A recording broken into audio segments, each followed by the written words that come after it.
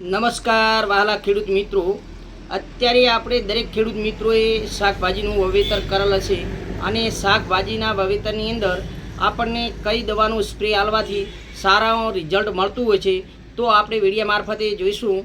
તો બ્લેક અમૃત કરીને આવે છે, એક ઓર્ગોનિક આવે છે જે વિડીયો મારફતે આપ જોઈ શકતા છો.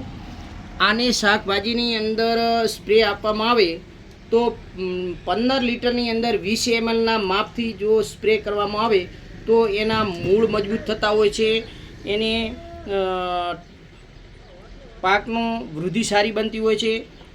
સાથે સાથે ટામેટાં, મરચાં, દૂધી હરેકની અંદર આ સ્પ્રે આપવાથી ખેડૂતોની ઉપજ સારામાં સારી મળતી હોય છે. સાથે ઓર્ગોનિક છે એટલે કોઈ રાસાયણિક દવાનું સાથે મિશ્રણ કરવું નહીં.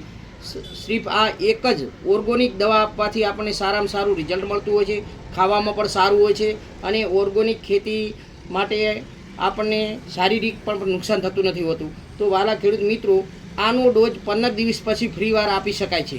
તો ફળની વૃદ્ધિ સારી થશે, ફ્લાવરિંગનો સ્ટેજમાં ફૂલની પણ સંખ્યા વધારી શકશે એટલે ઉત્પાદન સારું મળશે, છોડની વૃદ્ધિ સારી થશે અને મૂળની પણ સારામાં સારા બેસતા હોય છે. તો દરેક રીતે આપણને ફાયદાકારક બનતું હોય છે. તો આ વિડીયો મારફતે આપણે બતાવશું ખેડૂત મિત્રોને.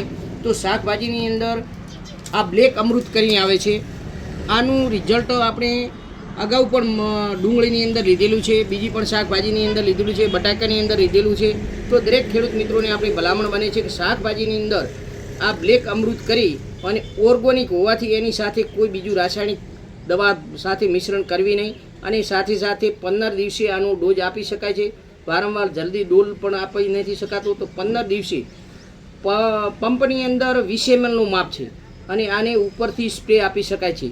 Thank you.